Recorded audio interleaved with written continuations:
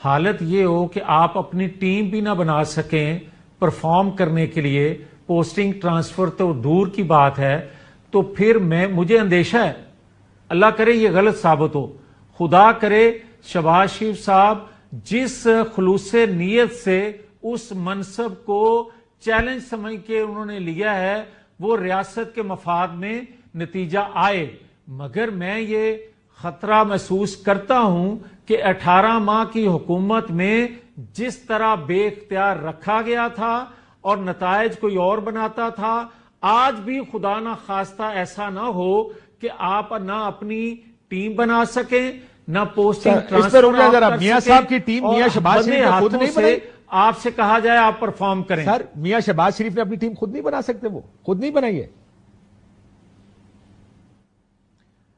چلیں اپنی ہوگی، اللہ کرے ایسا ہی ہو. محسن نقوی صاحب میاں شہباز شریف کی ٹیم کا حصہ نہیں ہے، انہوں نے خود نہیں لگایا ان کو. چلیں اب جی یہ ہنسی آپ کو سب بتا دے گی کہ ان کی بے بسی کیا ہے. جاوید لطیف کا کہنا ہے کہ ایک پوسٹنگ ایک ٹرانسفر شہباز شریف اوقات نہیں رکھتے. میں تھوڑے الفاظ چینج کر رہا ہوں کہ ایک ٹرانسفر ایک پوسٹنگ اپنی مرضی کی وہ نہیں کر سکتے. کیا نون لیگ ایسی حکومت لینا چاہتی تھی؟ نواز شریف کے منہ پہ 12 بجے ہوئے ہیں مسلسل. 8 فروری کی شام کو اس نے وکٹری سپیچ کرنی تھی اور اس وقت سے لے کر اب تک 12 بجے ہوئے ہیں. نواز شریف کے پاس وہ بہترین وقت تھا، اپنی سیاست بھی بچا لیتا اور اپنی بیٹی کا سیاسی مستقبل بھی محفوظ کر لیتا. فوراً وکٹری سپیچ کی بجائے لوزنگ سپیچ کرتے اور کہتے کہ میں اپنی ہار تسلیم کرتا ہوں. عمران خان نے جیل سے بیٹھ کر ہم سب کو شکست دی ہے. میں آصف زرداری کو بھی دعوت دیتا ہوں کہ میرے ساتھ چلیں، ہم اڈیالہ جیل جاتے ہیں اور عمران خان کو ہم حکومت بنانے کی خود دعوت دیتے ہیں. میں یقین دلاتا ہوں کہ اس دن سے منصوبہ سازوں کا کھیل ختم ہو جانا تھا اور پاکستان میں جمہوریت آ جانی تھی. لیکن ان لوگوں نے خود کو بھی ذلیل کرایا. یا تو کوئی اقتدار مل گیا ہوتا، کوئی عزت مل گئی ہوتی، نہ عوام میں عزت، بند کمروں میں بھی جوتے چمکانے پڑتے ہیں وہاں بھی، یعنی نہ عوام میں عزت نہ بند کمروں میں عزت. ایسے اقتدار کا کیا فائدہ آپ مجھے بتائیں؟ کیا سوچ کے یہ اقتدار لیا نون لیگ نے جس میں یہ ایک بندہ ایک چپڑاسی شہباز شریف نہیں لگا سکتے؟ ایک چپڑاسی شہباز شریف کو لگانے کے لیے بڑے صاحب کی اجازت نہیں ہے. اس قدر انہوں نے ڈنڈا دے کے رکھا انہیں. ایسے کرپٹ کرمینل لوگوں کو اقتدار میں بٹھایا گیا اور اب تو بار اتنی لو کر دی ہے. عمران خان کو جیسے توشہ خانہ کیسوں میں پکڑا ہے، نواز شریف تو اگلے دن انہوں نے تو گاڑیاں لی ہوئی ہیں، زرداری نے گاڑیاں لی ہوئی ہیں، شہباز شریف بھی کے بھی کتنے کھابے ہیں. ٹیٹیوں کے کیسز دوبارہ کھل جائیں گے، اس لیے یہ لوگ ان کے سامنے سر نہیں اٹھا سکتے. اب ایک طرف نون لیگ شوق میں ہے کہ ہمارے ساتھ کیا ہوا ہے، دوسری طرف وڈے صاحب کو صرف ایک مسئلہ ہے، میری ایکسٹینشن کے رستے میں جو رکاوٹ آئے گی وہ اس کو ہٹاتے چلے جائیں گے. وہ عمران خان ہوگا، نواز شریف ہوگا یا جو بھی ہوگا. بڑے صاحب کو اگر محسن نقوی کو وزیر اعظم بنانا پڑے تو انہوں نے کسی حلقے سے کہنا ہے آپ استعفیٰ دو، محسن نقوی کو یہاں سے الیکشن لڑا کے جتانا ہے، اس کو سینٹ کی سیٹ چھڑوا کے دوبارہ ایم این اے بنا کے اس کو وزیر اعظم بنا دینا ہے، لیکن ایکسٹینشن نہیں چھوڑنی. ایکسٹینشن ہونی ہے، یہ پکا ہے.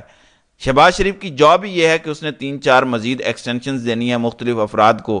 ٹوٹل اس کام کے لیے شہباز شریف کو لا کر اس کرسی پر بٹھا دیا گیا ہے، بالکل ایک کٹ پتلی.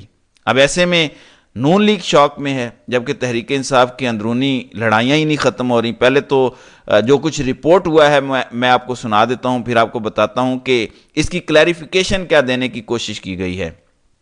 One of the participants of the meeting کہا یہ گیا ہے کہ کور کمیٹی اجلاس میں پی ٹی آئی ممبرز کی آپس میں تلخ کلامی، شیر افضل مروت اور نیاز اللہ نیازی کی تلخ کلامی.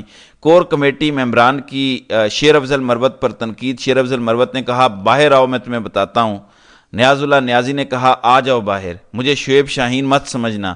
دیگر اراکین نے پھر معاملہ رفع دفع کروایا. یہ صحافی مغیث علی نے رپورٹ کیا ہے. پھر وہ لکھتے ہیں کہ شیر افضل مروت کا کوئی استاد لگانا چاہیے، اس کے ساتھ کوئی رکھنا چاہیے جو اسے پڑھائے سمجھائے. اپنے ہی لوگوں پر شیر افضل مروت اٹیک کر رہے ہیں، یہ فردوس شمیم نقوی نے کہا ہے کور کمیٹی میٹنگ میں. پھر شیر افضل مروت خود بولے اور انہوں نے کہا جو رپورٹ ہوا ہے کہ میرے خلاف مہم چلائی جا رہی ہے، کوئی باہر نکلتا نہیں، سب چھپے ہوئے ہیں. میں نے پی ٹی آئی کو لیڈ کیا، میرے خلاف پی ٹی آئی کے اپنے اراکین بات کرتے ہیں. اب ان کو پھر جواب دیا گیا کور کمیٹی کے کسی ممبر کی طرف سے کہ آپ مینڈیٹ سے ہٹ کر بات کرتے ہیں، 2 ماہ میں پی ٹی آئی کا بیانیہ بنتا ہے، شیر افضل ختم کر دیتے ہیں۔ اب یہ تو ہو گئی جو رپورٹ ہوئی ہے سوشل میڈیا پہ۔ اب آپ مجھے بتائیں جب یہ صورتحال ہوگی تو یہ کیسے کوئی بڑی تحریک لا سکیں گے؟ جب یہ خود متحد نہیں ہیں تو یہ قوم کو کیسے متحد کریں گے؟ یہ سوچنے کی بات ہے، اور یہ انتہائی افسوسناک صورتحال ہے جس پر پی ٹی آئی کو کچھ کرنا چاہیے۔ تو ناظرین کرام، آپ کی اس ویڈیو کے حوالے سے کیا رائے ہے؟ آپ اپنی رائے کا اظہار کامنٹ سیکشن میں ضرور کیجیے گا۔